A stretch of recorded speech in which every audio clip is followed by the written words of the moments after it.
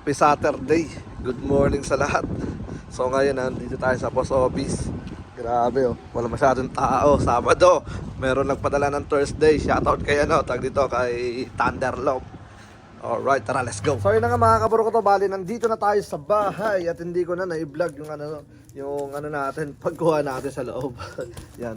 So tara, let's go. Ayos lapit ng pagkakaano na ito, dalawa-dalawa pa yung nilagay ni Utol. Yung mga malulupit na safety talaga, di ba tol? So shoutout muna kay Kuya Jan na kasyndicate ni Thunder, ni Ray, yan. Maraming salamat. So tagakali din to mga tol, kay Ray at kay Kuya Jan. Isa silang ito yung sila, nag-syndicate, magkalapit lang sila. Okay. So tingnan natin kung ilan to. Pero sabi sa akin sa text ni Thunderlock, tag dito tatlo yung inano niya. So tibay ng nito tape. Pinahirapan ako. Okay, so tara, let's go at silipin na natin. Yun. Buhay na buhay. So ito ay shinip ni Thunderlop ng Thursday kasi nga yun lang yung available na day off niya. So mas maganda sana kung Monday or Tuesday para mas safe yung ibon, pero syempre kung wala ka talagang available time, so tag dito sacrifice talaga. Kumbaga pag hindi sila na delay, okay, pero kung na delay, Monday pa to. Buti na lang dito na delay, 2 days lang siya sa box. Alright, gandang na ito, blue bar. Ring number kaagad tayo. Ring number 59 FMT. So ulit, congrats ulit natin si Thunderlop. Nung last year naka-score siya rito sa kampo, pero dun nga lang sa final race medyo nagka problema yung ibon. Alright, so di ko alam kung saan napadpad, pero ito siya, pulling winner yung si Thunder. Yan. So tingnan natin itong year na to kung magiging resulta ng kanyang mga Warriors. So ring number FMT 59 blue bar. Okay. Lagay na natin.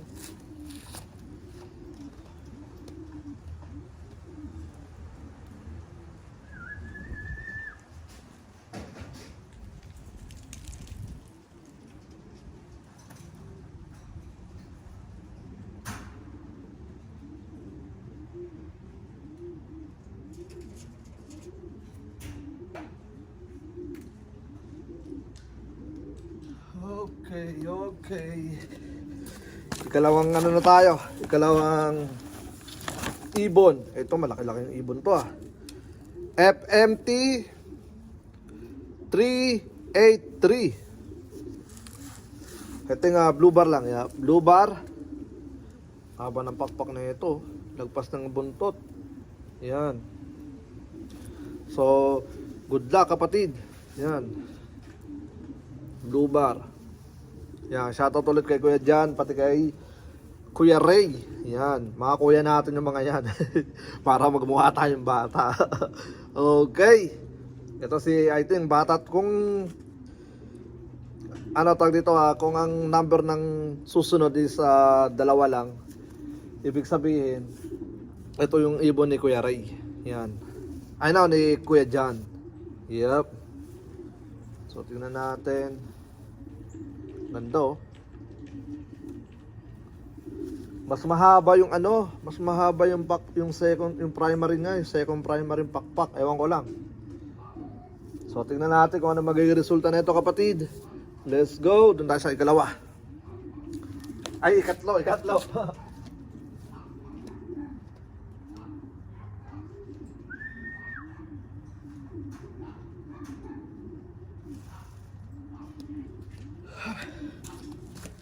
Okay, ito na ang igatlo. So sabi ko nga, kung dalawa number na ito, kapatid niya yung isa. Kung amin kay Kuya Ray. Ito nga, kay Kuya Ray nga siguro yung dalawang yung dalawang number. So number na ito is 58 FMT. Yun, Blue Bar ulit. Yan. Maraming salamat tol sa solid na suporta nyo. Yan. Subscribe nyo rin yung YouTube channel niya, pati yung ano niya, yung Facebook page niya, no, ni Thunderlop. Yan. Lagi rin siya nag-update doon mga tol. Ito naman ay Blue Bar. Yan. Ito yung possible na hen. Yung kanina siguro possible na kakayon.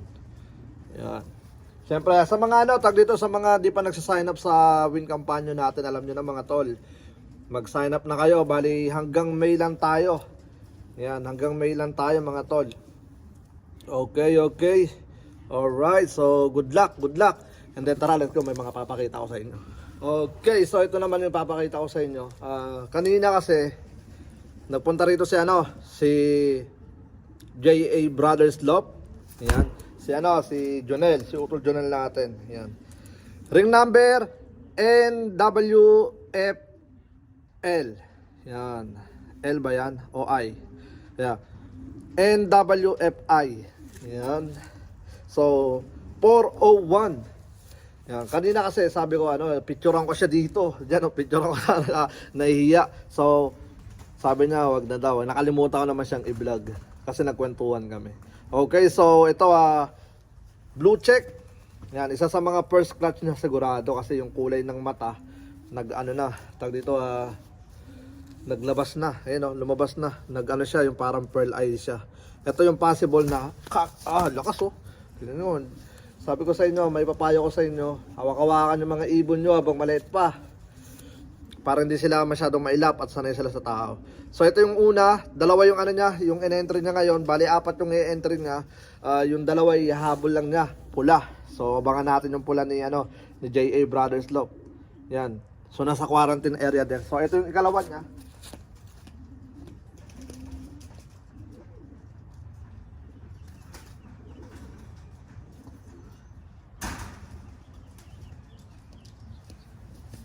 Okay. Ikalawa niya, ring number Jeds 27263. 27263. Blue check white light. Yan. Ayan siya, blue check white light mga tol. Merong tatlong puti sa sa right right side. Tapos dalawa sa left side. Ayun sa dulong-dulo. Ito yung possible na cock. Ayan. Kasi ulo pa lang, laki na yun. Tsaka yung katawan, makisig. Ayan. Pinag-isipan niya mabuti. Tinitigan niya. Ayan. Ayan, nakak na Alright, maraming salamat kay Utol Jonel. Ayan, sa suporta. Tapos kaya shoutout ulit kay Thunderlop. Huwag nyo kalimutan i-subscribe yung kanyang YouTube channel. Yan, tsaka Kuya Jan. Gandang ibon na ito. Okay, so tara, let's go, libot tayo dun. Okay, libot tayo mga tol. Yan, ito yung mga ibon dito. Yan. So all goods naman sila rito. Ginagawa nila rito is tag dito labas pasok. Yan. Dito sila naglalabas pasok. Yan. Tapos yung kabilang side binuksan ko lang para lang tag dito nakakaano sila diyan. Nakakalipat-lipat, pero first group pa lang tayo. Next week ang plano ko is wala nang papasok dito na lahat sila. Tapos lahat ng mga darating next week dito naman pupunta sa second section natin. Kasi hindi ko pwedeng pakawalan ng sabay-sabay yung mga matatagal na sa bagong dating. Sigurado nga baka madisgrasya yung mga ibon. Yan. Ito sila. Yan. Gandang ibon. Gandang grizzle na ito. Yan mga off color natin dito. Yan. So yun mga ibon. Ano lang sila dyan? Tag dito relax lang sila dyan. Kumbaga pinaplano ko rito. Eto. Tatayo ko rito. Yan. Tayo natin dito. Tapos pagdating dito, mababa na siya, kalahati. Tapos papupuntahin natin dito lahat. Tapos yung dito nahihila ko siya, yung kalahati dito, para pag magpapakawala tayo yung mga first batch natin is tag dito makikita pa rin nila nandito yung mga ibon. So basta soon gagawin natin yan. Para makapagpakawala na tayo soon. Hinatay ko lang mag sila. Mag 4 weeks yung iba, 5 weeks to 6. Ayan, mga 6 weeks siguro. Pwede nang i-let go yung iba dyan. Di tayo magpapakawala ng sabay-sabay para hindi tayo mabigla. Kumbaga ano lang, easy lang. Pero unahin ko pa rin to. Yan, unahin ko muna to pakawalan. Para maklear muna natin yung area natin kung all goods ba. Ayan. So, tunahin natin. Di ko pa sila nabuviewin dito sa labas kasi kailangan ko pa maglagay rito para matrap training muna natin yung mga ibon dito. Yan, gusto ko matrap training muna yung ibon tapos maayos ko yung trap nila kasi medyo nalakihan ko pala yung butas ng ano natin dito. Wala rito. Ay, meron palang katambay, dalawa. So, yan.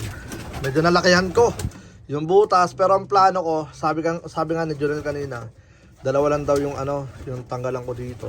Yan, ito lang daw. Kasi yuyuko naman daw sila. Yan, tama nga naman, yuyuko naman sila pagpasok. Yan, dalawa lang daw. So, niisip ko pa. Tapos lalagay ko to nung parang pintuan para siguradong hindi tayo mapapasok ng mga kalaban natin, 'di ba?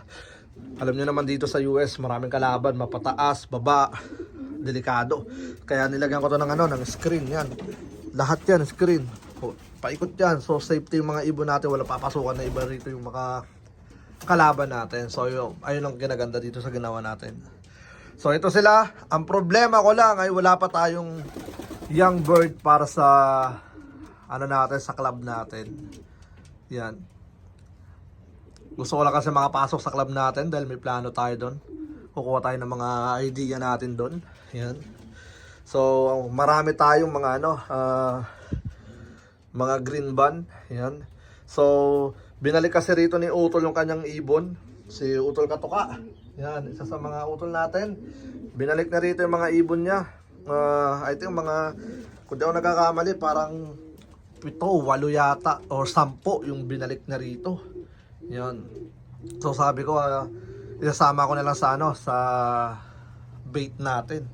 Kumbaga, hindi naman bait, kumbaga sacrifice. Kumbaga sila muna yung unang makakawalan natin. Yan. Bago tayo magpakawalan ng mga warriors. So meron tayo rito ilang piraso na pwede nang ilaro. Ito si Bagyo. Yan, si Bagyo. Bagyo ni Utol. Yan. Nandito na si Bagyo niya. Ayan o. Ayan yung Bagyo niya. So, tingnan natin yung Bagyo niya. Kung ano yung mararating ng Bagyo niya rito. Doon. Dami ng ibon na green. Sayang. Ayan sana yung mga first clutch natin. Yan o. So, sayang talaga. Pero okay lang kasi mailalaro natin yan in the future sa OB race. Yan. So, yun nga. Ito. Pero hindi naman tayo nakapokus talaga sa club. Nagusto lang talaga malaman. Kasi kapag hindi ka member doon, hindi ka papansinin eh. Ayaw nila. Marami silang, pag may tinatanong ka, ayaw ko sagutin eh. Diba? Okay, so saglit lang tayo ron siguro. Yan. Isipin nyo, magcha-champion pa mga Apollo. Diba? Mga puti. Ito, red. Yan, pula. Yan pala yung mga natin eh. Ito pa lang yata yung solid na natin. Tag dito na panglaro talaga. Yan, blue check, white flight, tapos si Bagyo. Tignan natin, di ba? So, yun na nga mga kaburo ko to. Siyempre, huwag niyong kalimutan mag-subscribe sa ating YouTube channel. And then, tag dito sa ating Facebook page. Yan. So, good luck. Let's go. Peace out.